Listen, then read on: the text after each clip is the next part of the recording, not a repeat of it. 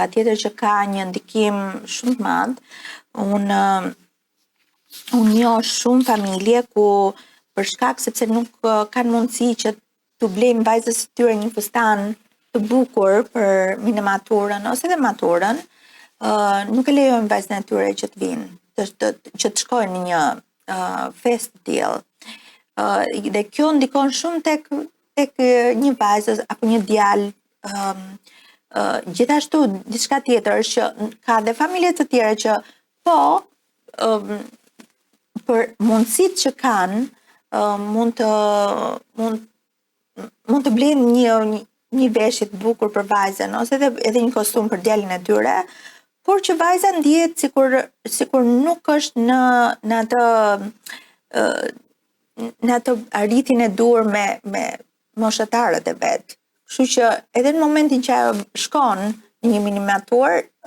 ndihet sikur është që nuk është njësoj me tjerët, që nuk i duket vetja e bukur, që nuk ka fustanin e duhur, që fustani vet nuk ka kushtuar kaq shumë sa të tjerët, dhe sado që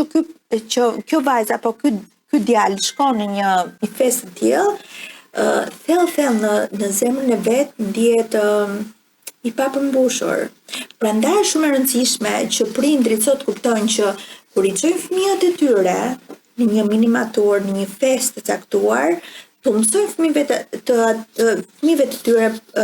që sot nuk po festohet marka, nuk po festohet bukuria e tyre jashtme, po festohet përpjekja e tyre, po festohet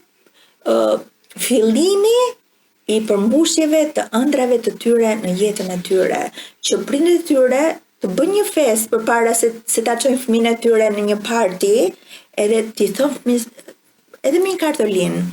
edhe me një dhuratë vogël, edhe me diçka të shkruar ku t'i thonë fëmijës së tyre që mami është krenare për ty, babi është shumë krenar për ty, që ne jemi të lumtur që ti ke mbaruar këtë udhtim, edhe je kjo vajza e bukur, beautiful inside out, ose ky djali i fort në shpirt, në zemër, por edhe në trup, why not? Mesazhe të tilla që mbeten